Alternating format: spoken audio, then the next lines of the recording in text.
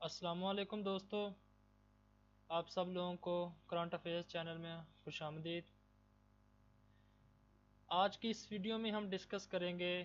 عرب اسرائیل normalization کو، جیسا کہ یہ سلائیڈ آپ کے سامنے ہے، اور اس میں ہم ہر چیز کو بیسک سے سمجھنے کی کوشش کریں گے کہ ابھی جو علاقہ جس کو مڈل ایسٹ کہا جاتا ہے وہاں پہ ابھی کیا پولیٹکس چل رہی ہے، جو عرب نیشنز ہیں اور جو اسرائیل ہے ان کے درمیان تعلقات کی نوعیت کیا ہے، اور اس کے علاوہ ہم مزید ڈسکس کریں گے کہ فیوچر میں کیا کچھ ہونے جا رہا ہے، اور ہم اس ٹرم کو سمجھیں گے کہ جب ہم ڈسکس کرتے ہیں عرب اسرائیل نارملائزیشن تو بیسیکلی اس کا مطلب کیا ہوتا ہے۔ سو ویڈیو کو سٹارٹ کرتے ہیں۔ سب سے پہلے ہم سمجھیں گے کہ جب ہم اس ٹرم کو ڈسکرائب کرتے ہیں نارملائزیشن کو تو اس کا مطلب کیا ہوتا ہے۔ بیسیکلی اس کا مطلب یہ ہوتا ہے کہ ایسے ایکشنز اور ایسی پالیسیز کو پرسیو کرنا جس کے تحت جو اسرائیل ہے یا اسرائیلی پیپل ہیں ان کو جو مڈل ایسٹ ہے اس کا نارمل پارٹ کنسیڈر کیا جائے۔ اٹ مینس کہ ان کو اکاؤنٹیبل نہیں ٹھہرایا جائے گا جو بھی انہوں نے فلسطینی پیپل یا فلسطین کے لوگوں کے ساتھ کرائمز کیے ہیں۔ مثلا انہوں نے فلسطین کے تقریباً 7 لاکھ لوگوں کو ملک بدر کر دیا ہے، جس کی وجہ سے جو فرسٹ فلسطین اسرائیل وار ہوئی تھی جس کے تحت بہت سارے فلسطین لوگ اپنا گھر بار چھوڑ کر دوسرے ممالک میں نقل مکانی کر گئے تھے۔ تو بیسیکلی اس نارملائزیشن کا مطلب ہے کہ اسرائیل کو ایک ملک کنسیڈر کر لینا without accepting the Palestinian cause, کیونکہ پہلے جو عرب کنٹریز تھا ان کا یہی اسٹرانگ اور فرم اس چیز پہ اظہار تھا کہ جب تک 2 اسٹیٹ سلوشن نہیں ہوتا کسی بھی چیز کا تب تک ہم اسرائیل کو ریکوگنائز نہیں کریں گے۔ لیکن جیسا کہ ابھی آپ لوگوں نے نیوز کو فالو کر رہے ہوں گے، آپ نے حال ہی میں سنا ہوگا کہ more and more Arab nations are normalising their ties with Israel. سب سے پہلے ہم عرب اسرائیل کنفلکٹ کو سمجھنے کی کوشش کرتے ہیں کہ بیسیکلی یہ سٹارٹ کہاں سے ہوا تھا۔ جو 1947 اور 1949 اس میں فلسطینی وار لڑی گئی تھی اسرائیل اور فلسطینی پیپل کے درمیان۔ ایکچولی میں اس میں جو وار تھی اس میں فلسطینی لوگ تھے ان کو بہت ہیوی نقصان ہوا تھا، ان دا سینس کہ ان کو اپنے گھر بار چھوڑنے پڑ گئے، اور اس کے علاوہ ان کو جتنے بھی جو ساتھ والے ممالک تھے انہوں نے ایکسیپٹ نہیں کیا ایز اے دیئر ریفوجی۔ سو جو اسرائیلی پیپل ہیں اس وار کو کہتے ہیں وار آف انڈیپینڈنس، یعنی کہ آزادی کی جنگ، جبکہ جو فلسطینی پیپل ہے اس کو عربک میں کہتے ہیں دا نکبہ۔ نکبہ مینس کیٹاسٹرافی، یعنی کہ مکمل تباہی، بیکاز اس میں جو فلسطین کے لوگ تھے ان کا بہت زیادہ نقصان ہوا تھا۔ یہ ایکچولی میں پہلی عرب اسرائیل وار تھی جس کے تحت عرب اسرائیل جو کنفلکٹ ہے وہ سٹارٹ ہونے والا تھا۔ So at the end world کا رزلٹ کیا ہوگا 1949 میں کہ ایک state of the Israel establish ہو گئی، یعنی کہ اسرائیل ملک وجود میں آ گیا۔ اس کے بعد ہم دیکھتے ہیں سیکنڈ عرب اسرائیل وار جس کو سوئز کرائسس بھی کہا جاتا ہے۔ Suez crisis is called due to the Suez canal, یعنی کہ نہر سوئز۔ ایکچولی میں یہ جو کرائسس تھا یہ 1956 میں سٹارٹڈ ہوا تھا۔ اس کرائسس کی ہسٹری بریفلی یہ تھی کہ جو ایجپٹ تھا اور فرانس تھا انہوں نے مل کر اس نہر کو یعنی کہ بنایا تھا۔ ایکچولی میں اس نہر کو بنانے کا مقصد یہ تھا کہ جو ریڈ سی سے میڈیٹرینین سی ہے اس کے درمیان ایک شارٹ کٹ روٹ ہمیں مل جائے۔ ایکچولی میں یہ پکچر ہے ہمارے پاس، یہ سوئز کنال ہے ہمارے پاس یہاں پہ، اور اس کو فرانس اور ایجپٹ دونوں ممالک نے مل کے بنایا تھا فار وچ پرپز ریڈ سی کو کنیکٹ کرتی ہے یہ میڈیٹرینین سی سے، یعنی کہ جتنے بھی ممالک ہیں جو ٹریڈ کرنا چاہتے ہیں وہ جسٹ یہاں سے پاس کریں گے اور میڈیٹرینین سی میں چلے جائیں گے۔ سوئز کنال کو تھوڑا ڈیٹیل میں دیکھ لیتے ہیں۔ یہ 120 مائل لمبی کنال ہے جس کو فرینچ اور ایجپٹین گورنمنٹس نے دونوں نے مل کر بنایا تھا۔ یہ ریڈ سی کو میڈیٹرینین سی سے کنیکٹ کرتی ہے۔ اب جب یہ نہر بلڈ ہو گئی، تعمیر ہوگی، تو اس کی امپورٹنس کو دیکھتے ہوئے جس وقت بریٹن ایک سپر پاور کے طور پر جانا جاتا تھا، انہوں نے اس نہر میں 1/3 اسٹیک خرید لیا، یعنی کہ جو تیسرا حصہ خرید لیا اس نہر میں۔ پھر ہوا کیا کہ برٹش نے کچھ عرصے کے بعد ایجپٹ کو اپنی کالونی بنا لیا۔ اب اس چیز کا کافی نیگیٹو امپیکٹ ہوا لوگوں کے اوپر۔ پھر ایجپٹ کے جو نئے پریزیڈنٹ آئے جن کا نام تھا جمال ناصر، انہوں نے کیا کیا کہ اس جو کنال ہے اس کو نیشنلائز کر لیا یہاں پہ۔ جب انہوں نے اس چیز کو نیشنلائز کیا تو اس چیز کا کافی غصہ پایا جاتا تھا جو فرانس ہے اور جو برٹن ہے ان کی گورنمنٹ کے درمیان۔ تو انہوں نے سوچا کہ اب جو ایجپٹ ہے اس سے کس طرح انتقام لیا جا سکے۔ تو ڈائریکٹ تو وہ اٹیک اس وقت کر نہیں سکتے تھے 1956 میں، یعنی کہ اکتوبر کے جو آخری 10 دن ہیں ان کے درمیان یہ واقعہ پیش آیا تھا۔ سو انہوں نے اسرائیل کو اس پرپس کے لیے تیار کیا اور ایک سٹرائک لانچ کی ایجپٹ کے اوپر۔ اسرائیل نے اس آپریشن کو آپریشن مسکتیر کا نام دیا تھا، جس میں تقریباً اسرائیل کی 7 سے 8 برگیڈ حصہ لے رہی تھی۔ اور الٹیمیٹلی ہوا کیا کہ اسرائیل نے اس نہر کے اوپر قبضہ کر لیا، لیکن بعد میں یو ایس کی سپورٹ نہ ہونے کی وجہ سے اور یونائٹڈ نیشن کا ادارہ وجود میں آنے کی وجہ سے جو فرانس ہے اور جو برٹش ہے اس کو کافی تنقید کا سامنا کرنا پڑا۔ سو ایٹ دی اینڈ اسرائیل اور جو فرانس اور ایجپٹ کی گورنمنٹس ہیں ان کو یہ قبضہ چھوڑنا پڑا۔ اور ایکچولی میں یہاں پہ ایک بات یاد رکھیں کہ اکثر جو ہسٹورین اور جو انالسٹ ہے وہ یہ بھی کہتے ہیں کہ جو سوئز کرائسس تھا یہ ایکچولی نیل ان دا کافین تھی جو برٹش گورنمنٹ ہے، یعنی کہ ادھر سے یعنی کہ وہ صاف شو ہو رہا تھا کہ جو برٹش ہے وہ اپنی جو سپر پاور ہے اس کو لوسٹ کر چکا ہے۔ اب جو تھرڈ عرب اسرائیل وار ہے جو سب سے مین وار ہے عرب اور اسرائیلی لوگوں کے درمیان، جس کو عام طور پہ حرف عام میں 6 ڈے وار کہا جاتا ہے، 6 دن کی جنگ، یہ 5 سے 10 جون 1967 کو ہوئی تھی۔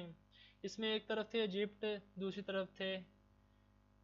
ایک طرف تھا اسرائیل، دوسری طرف تھا ایجپٹ، جارڈن اور سیریا، یہ 3 ممالک تھے، ایک طرف تھا اسرائیل۔ ایکچولی میں اسرائیل کو ایجپٹ کی اس موومنٹ کے بارے میں پہلے سے ہی کافی خبر اور انٹیلیجنس مل چکی تھی، تو اسرائیل نے کیا کیا کہ پری ایمپٹیو سٹرائک پہلے سے حملہ کر کے جو ایجپٹ کی ایئر فورس ہے اس کو کافی ہیوی لاس کیا، اور اس میں جو عرب ممالک ہیں جو عرب نیشنز ہیں ان کو کافی لاس سہنا پڑا، برداشت کرنا پڑا۔ اور جو یہ وار تھی اس نے جو پوری مڈل ایسٹ ہے اس کی جو پولیٹکس ہے اس کا سارا لینڈسکیپ چینج کر لیا، بیکاز اس میں ریزن یہ تھی کہ اسرائیل نے بہت سارے علاقوں پر قبضہ کر لیا تھا ایجپٹ، جارڈن اور سیریا کے، جن میں گولن ہائٹس کا آپ نے اکثر سنا ہوگا، پھر سینائی پیننسولا جو ایجپٹ کا ہے اس کے اوپر قبضہ کر لیا تھا۔ اب سب سے پہلے ہم ڈسکس کریں گے نارملائزیشن میں جو پہلا ملک تھا، کس نے اسرائیل کو سب سے پہلے نارملائز کیا اپنے ریلیشنز، یا سب سے پہلے اسرائیل کو ایکسیپٹ کیا، ان دا سینس کہ انہوں نے اپنے جو اسرائیل کے ساتھ ریلیشنز تھے ان کو نارملائز کر لیا۔ سب سے پہلا جو ملک تھا وہ ایجپٹ تھا، یعنی کہ مصر۔ انہوں نے 1979 میں اسرائیل کے ساتھ اپنے ریلیشن کو نارملائز کیا۔ کس لیے؟ اس لیے کہ جو ایجپٹ کا سینائی پیننسولا تھا، سینائی پیننسولا اس کو اسرائیل نے کیپچر کر لیا تھا 1967 کی 6 ڈے وار میں۔ سو ایجپٹ نے اسرائیل کے ساتھ ڈپلومیٹک بات چیت کی اور اس کے تحت سینائی پیننسولا اپنا واپس لے لیا اور اسرائیل کے ساتھ اپنے ریلیشنز کو اسٹیبلش کر لیا۔ اس کے بعد جارڈن نے بھی سملرلی چیز کو فالو کیا اور 1994 میں اسرائیل کے ساتھ اپنے ریلیشنز کو اسٹیبلش کر لیا۔ اب جو سب سے مین چیز ہے وہ جو ہم دیکھتے ہیں وہ ہے ابراہم ایکارڈ۔ ابراہم ایکارڈ جو تھا وہ اسرائیل، یو اے ای، بحرین نے سائن کیا تھا، جس کو بروکر کیا تھا ٹرمپ نے، اور بالخصوص ٹرمپ کے جو داماد ہیں جیرڈ کشنر، انہوں نے۔ ایکچولی میں جو اس نارملائزیشن ہے اس کو نام دیا گیا ہے ابراہم ایکارڈ کا۔ ستمبر کے مہینے میں عرب جو اسٹیٹ ہے جس میں یو اے ای اور بحرین شامل ہے، انہوں نے باقاعدہ پبلکلی اعلان کر دیا ہے in the presence of Donald Trump, اور انہوں نے اس مادے کے اوپر دستخط بھی کر دیے کہ وہ اسرائیل کے ساتھ اپنے ریلیشنز کو نارملائز کریں گے. یہ پکچر آپ کے سامنے ہے. اب نیکسٹ میں جو چیز ڈسکس کریں گے وہ تھی سوڈان اسرائیل ڈیل. ایکچولی میں 23 اکتوبر 2020 میں سوڈان نے بھی اسرائیل کے ساتھ اپنے ریلیشنز کو نارملائز کرنے کا اعلان کیا. اور ایکچولی میں سوڈان کو اس لیے اپنے اس کے ریلیشنز نارملائز کیے گئے تاکہ جو سوڈان تھا وہ اسٹیٹ اسپانسر آف ٹیررزم کی لسٹ میں تھا. یو ایس نے ایک تو اس کو اسٹیٹ اسپانسر آف ٹیررسٹ کی لسٹ سے ریموو کر دیا دسمبر میں, اور سوڈان نے اس بدلے میں اپنے اسرائیل کے ساتھ ریلیشن کو اسٹیبلش کر لیا. ابھی جو یو اے ای ہے اس نے اسرائیل کے ساتھ اپنے ریلیشنز کو اس لیے اسٹیبلش کیا کہ ان کا جو اینڈ پرپز ہے وہ ایران ہی ہے, بیکاز مڈل ایسٹ میں یہ ایران کے خلاف اپنا ایک اتحاد بنانا چاہتے ہیں, ایران کو کاؤنٹر کرنا چاہتے ہیں اسرائیل کے ساتھ مل کر, کیونکہ ایران ان کو ایک تھریٹ نظر آتا ہے مڈل ایسٹ میں. اب جو لوگ انٹرسٹنگ کویشچن پوچھتے ہیں کہ کیا اسرائیل جو سعودی عربیہ وہ اسرائیل کو ایکسیپٹ کرے گا کہ نہیں. ایکچولی یہ کہنا کافی مشکل ہوگا, بیکاز رپورٹس ایسی نکل کے آتی رہتی ہیں کہ جو اسرائیلی پرائم منسٹر ہے یا اسرائیلی جو سیکیورٹی چیف ہیں یا اسرائیل کے جو ٹاپ آفیشلز ہیں انہوں نے سعودی عربیہ کا سیکرٹ ٹرپ کیا ہے, لیکن سعودی عربیہ نے کبھی بھی اس چیز کو پبلکلی اکنالج نہیں کیا.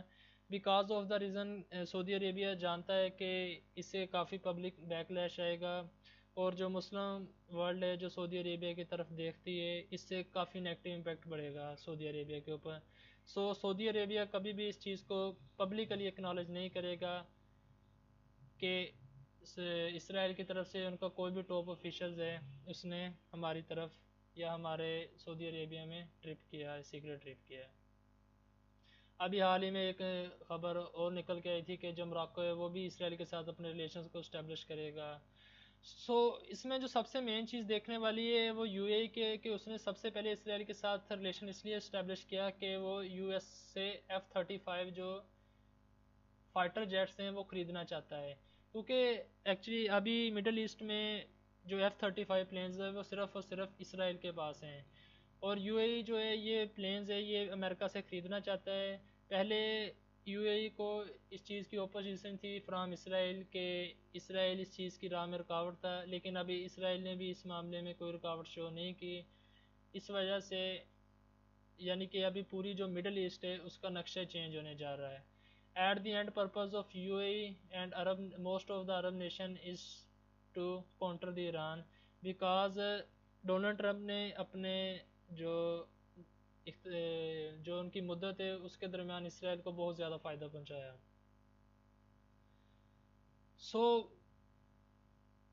ابھی نیکسٹ میں کیا ہونے جائے گا, نیکسٹ میں یہی ہوگا کہ جس طرح پریزیڈنٹ ڈونلڈ ٹرمپ نے بتایا کہ جو مور اینڈ مور عرب کنٹریز ہیں وہ بھی اسرائیل کے اپنے جو ریلیشنز ہیں ان کو نارملائز کریں گے.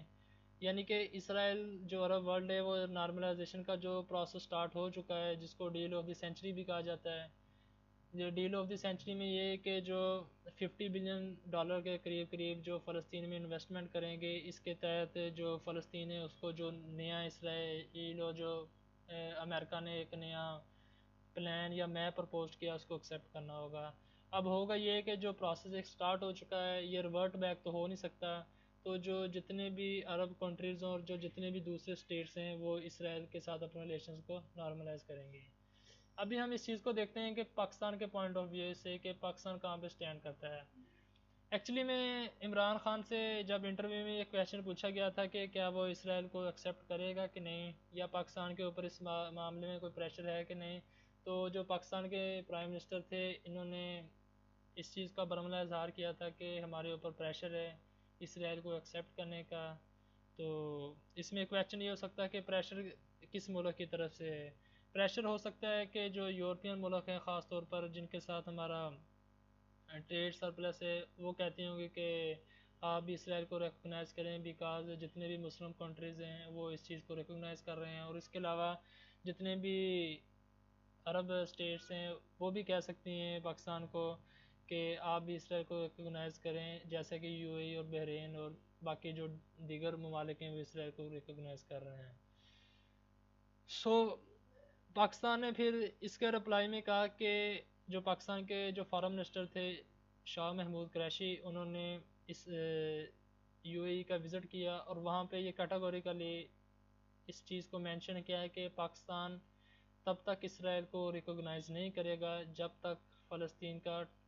ایشو ریزولو نہیں ہو جاتا، یعنی کہ جب تک 2 اسٹیٹ سلوشن نہیں ہو جاتا پاکستان اسرائیل کو ریکوگنائز نہیں کرے گا۔ یہ پاکستان کے جو فارن منسٹر ہے ان کی اسٹیٹمنٹ ہے، انہوں نے کہا تھا کہ آئی کیٹاگوریکلی پریزنٹڈ پاکستان سٹانس آن اسرائیل، میں بالکل یہ پاکستان کا جو موقف ہے وہ اسرائیل کے اوپر بتانا چاہتا ہوں کہ پاکستان اپنے ریلیشنز کو اسرائیل کے ساتھ اسٹیبلش نہیں کرے گا جب تک کہ ایک مستقل اور جو کنکریٹ جو سلوشن ہے فلسطینین اسٹیٹ کا یا فلسطینی ایشو کا وہ نہیں حاصل کیا جا سکتا۔ ان دا کمنٹ سیکشن میں آپ لوگوں کی تھاٹس جاننا چاہوں گا کہ پاکستان کو اس معاملے میں کیا کرنا چاہیے، یا آپ کیا دیکھتے ہیں کہ آنے والے دنوں میں مزید کیا ہوگا اس معاملے میں۔ تب تک کے لیے اس ویڈیو میں اتنا ہی، ٹل دین اوکے۔